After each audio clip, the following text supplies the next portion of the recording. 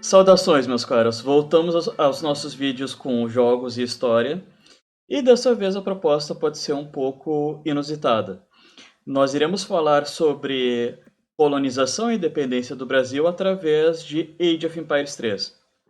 Bom, o foco desse jogo se presta bastante para isso, porque ele pega o período da Idade Moderna para a contemporânea, em que várias potências da Europa e em alguns contextos da Ásia também colonizam diferentes lugares do mundo. O nosso foco aqui será especificamente Portugal, que é uma das potências europeias disponíveis no jogo, e nós vamos simular aqui o processo de colonização de Portugal no Brasil, e no finalzinho a gente vai pegar um pouco do processo de independência. Meu objetivo aqui é principalmente explicar um pouco a questão do pacto colonial, da relação entre metrópole e colônia, e trazer um pouco da questão da independência, dos processos de independência na América Latina. Primeira coisa que chama a atenção do jogo é a questão da metrópole. Antes de entrar no jogo, antes de entrar na batalha, nós podemos organizar algumas coisas da nossa metrópole. Então, a metrópole apresentada no jogo ela tem 5 pontos principais que vão se relacionar com a metrópole. Ao longo da disputa, ao longo das batalhas, nós podemos pedir ajudas variadas para a metrópole. E esses 5 lugares aqui, com essas cartas, como o jogo chama, são as ajudas específicas que são mandadas. Então, o primeiro ponto é a Companhia de Comércio com o Novo Mundo.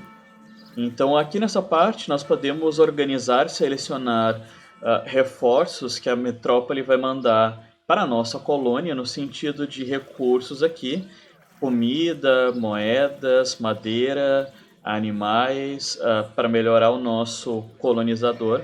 E nós temos um explorador. Sempre que nós começamos a batalha na colônia, ao invés de ter um rei, nós temos um explorador, um grande colonizador, que é a pessoa que vai organizar, que vai, digamos assim, administrar a colônia. Ele representaria essa função. Na academia militar, evidentemente, nós podemos pedir reforços militares. Aqui são vários tipos de unidades oferecidas.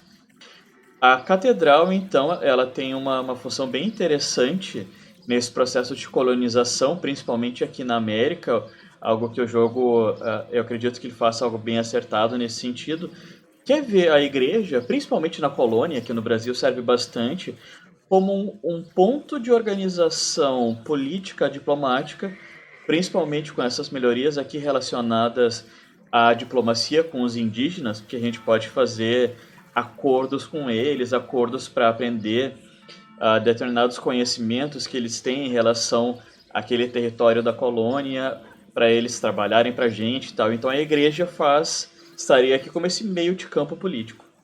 E ao mesmo tempo ela também carrega algumas melhorias tecnológicas.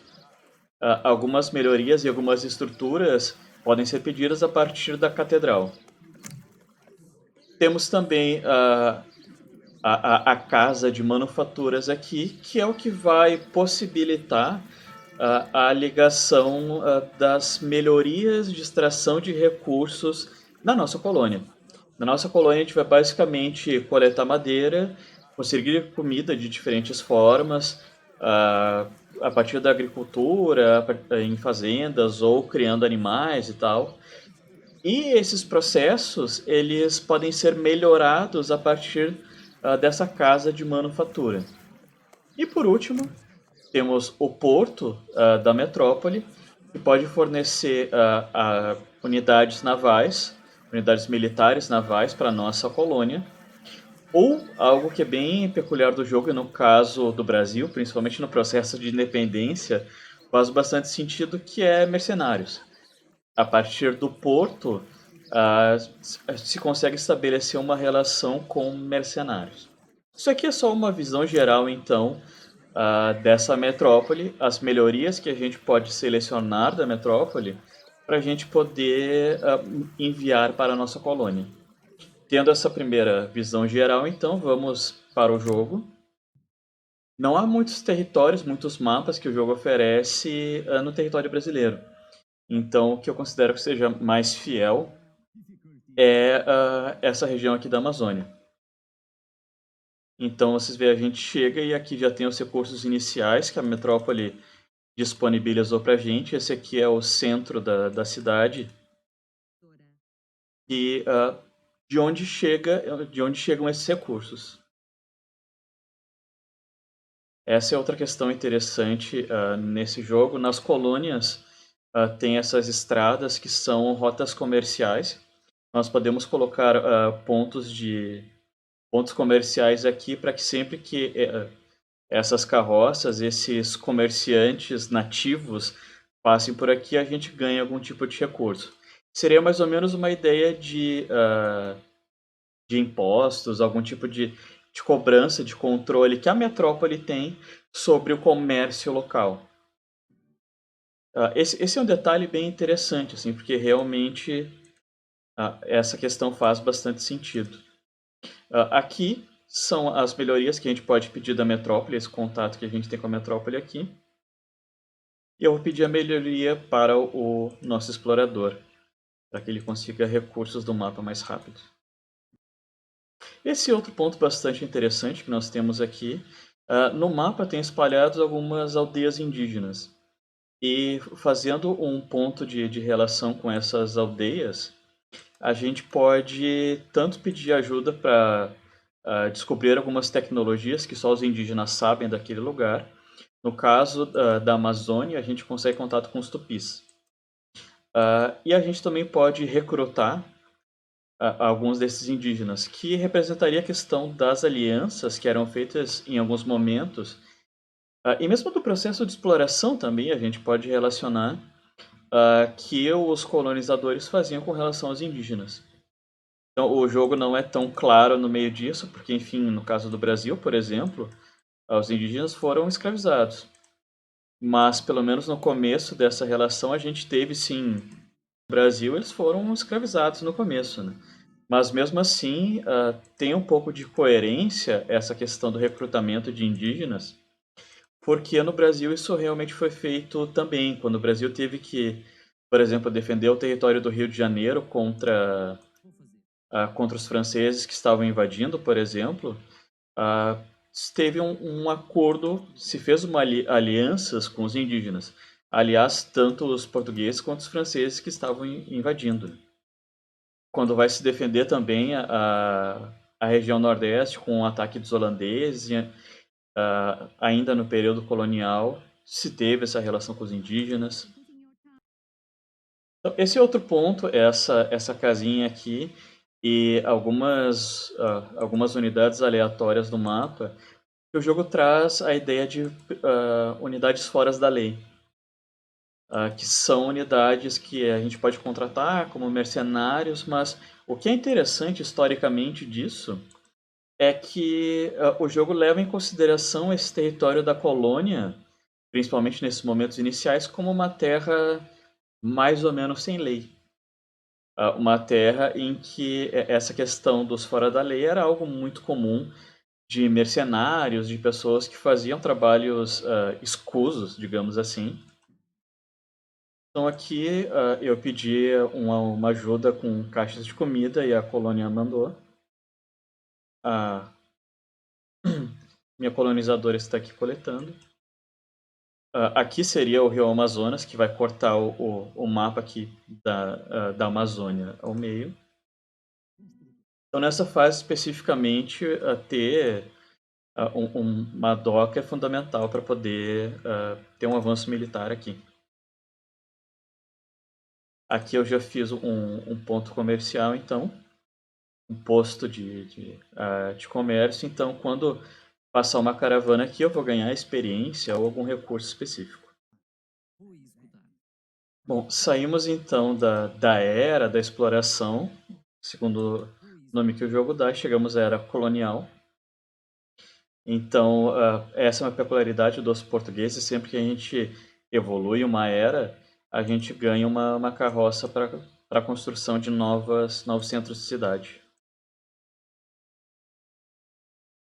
E agora eu vou estabelecer o acordo então com a tribo dos tupis aqui, com o assentamento dos tupis. Então aqui eu já posso recrutar alguns tupis. Nesse caso são basicamente arqueiros. E eu posso pegar algumas tecnologias específicas dos tupis. Então aqui eu posso recrutar tigres, né? Aqui eu posso melhorar os meus arqueiros com veneno. Aqui nós temos a igreja, que no Age 3 ela tem menos poder do que no Age 2, porque a questão da conversão de unidades inimigas, que era algo muito forte em relação à igreja no Age of Empires 2, ou seja, na era medieval, aqui na Idade Moderna não é tanto. O padre, esse clérigo aqui, ele serve somente para a cura. E a igreja, além de servir para treinar esses padres, ela fornece algumas melhorias, digamos assim, tecnológicas para as construções. Tem essa unidade aqui nova dessa expansão, que é mais ou menos assim, um assassino fora da lei, que seria esse espião,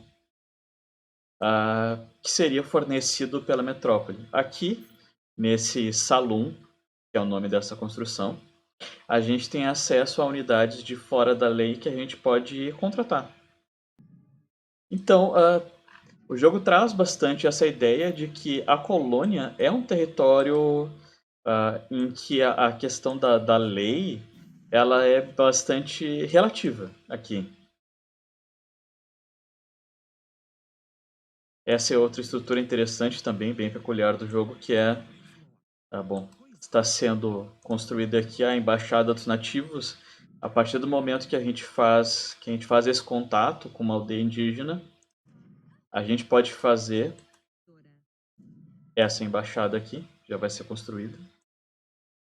E pronto, aqui é a nossa embaixada dos nativos, para que a gente possa recrutar a unidade específica dos indígenas mais próximo do nosso povoamento aqui.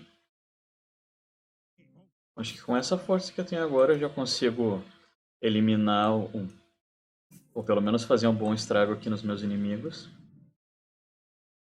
Podem ver, de propósito, fiz aqui uma mistura das tropas propriamente portuguesas com os indígenas aqui. Aqui a artilharia, que é vital para poder fazer um ataque à base inimiga.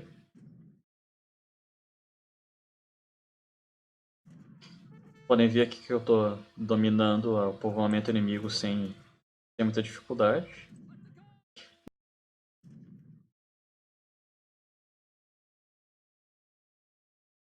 Então, a Rainha Elizabeth, que seria representante aqui dos ingleses, ela já se rendeu. E vamos agora para o próximo inimigo. Está do outro lado do rio.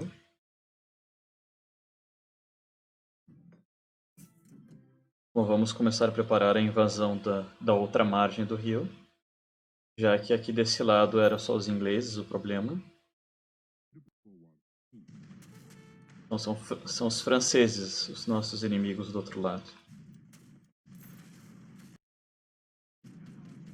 É interessante termos lutar contra os franceses aqui, porque, enfim, os portugueses lutaram contra invasões francesas no Brasil. E os franceses têm uma vantagem interessante no jogo, que é a relação deles com os nativos é facilitada. Bom, vamos avançar para a próxima parte, para a era industrial. Algo que não faz muito sentido historicamente, porque, bom, pelo menos o Brasil, enquanto colônia, não passou pelo processo de industrialização enquanto estava como colônia, né? A manufatura mesmo, ela só foi permitida no Brasil com o período joanino, enquanto Dom João estava no Brasil, né? Quando a família real vem para o Brasil. E agora estamos chegando aqui no momento final, que é mais importante para mim, que eu queria mostrar para vocês, que é a questão do processo de independência. Bom, aqui a última coisa que eu pedi foi uma fábrica da metrópole. Isso aqui é algo bem importante, justamente do período industrial. Possibilita a gente produzir recursos automaticamente nessa fábrica ou fazer artilharia pesada na fábrica também. Esse jogo possibilita isso aqui, o que ele chama de revolução. Com isso, eu vou colocar aqui, a gente escolhe entre dois líderes revolucionários específicos. Esse é o Hidalgo, que na verdade é um líder revolucionário no México, do processo de independência do México. E, enfim, como é um processo que envolve mais populares, que envolve as camadas mais baixas do México, ele era um padre e tal, e ele tinha a ideia de fazer essa ligação, de fazer o México para os indígenas. Então, as camadas mais baixas acabaram se aliando a ele, e dali que vem essa vantagem que o Hidalgo daria, que os fora da lei se juntariam à nossa causa.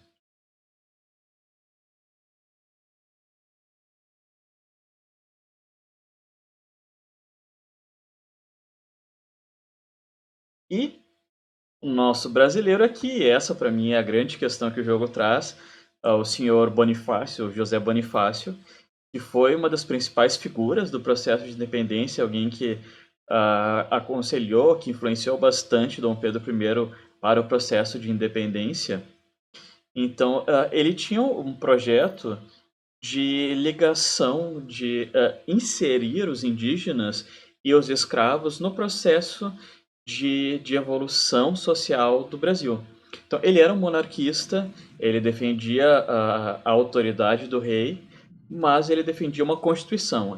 A ideia do Bonifácio era uma monarquia constitucional no Brasil, em que os indígenas fossem forçados a aderir, a fazer parte da sociedade brasileira, com um trabalho assalariado, nos moldes, com muita influência do desenvolvimento inglês e tal. Então a vantagem que ele dá é guerreiros tupis do nosso lado e eles mais avançados. Eu vou escolher o Bonifácio então, por uma questão Portugal-Brasil.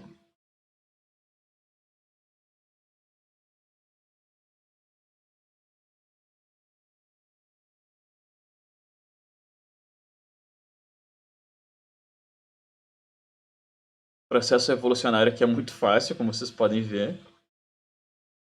Só que aqui tem duas desvantagens. Então mudou aqui, agora é a bandeira do Brasil, que na verdade é essa ligação com a família real portuguesa, né, Dom Pedro I. E vocês podem ver aqui, a gente não pode mais fazer pedidos para a metrópole. Nós estamos no que seria que isso aqui é o mapa geral da representação da colônia já liberta. Vocês podem ver aqui o paláciozinho que é padrão pro jogo. As pessoas aqui são bem diferentes daquelas que estão circulando na Europa, né? Tem aqui umas pessoas mais arrumadinhas, mas tem o pessoal. Acabou de passar um bêbado aqui, né? E a gente não pode mais fazer aqueles avanços de antes, mas a gente ganha outros avanços possíveis aqui, principalmente voltados para a guerra. Quando a gente faz a revolução, essa é uma grande mudança. Podem ver aqui. Ó, os meus trabalhadores aqui, eles não estão mais coletando, eles não são mais colonizadores. Eles são agora a milícia colonial. Então, nesse processo aqui, essas pessoas, eles não trabalham mais na coleta de recursos, eles estão para a guerra. Nós já estamos cercando os franceses aqui, já estamos quase acabando o jogo. Napoleão, que está representando o avanço colonial dos franceses, está quase cedendo. Podem ver aqui Napoleão. Enfim, né, na verdade o que o jogo faz aqui é pegar personalidades históricas importantes de cada uma dessas potências, né? Então, pessoal, era isso que eu queria mostrar a partir do jogo aqui, ilustrar um pouco essa questão do pacto colonial, dessa questão das colônias servirem como um ponto de exploração, e da gente ter um apoio logístico da metrópole para a colônia.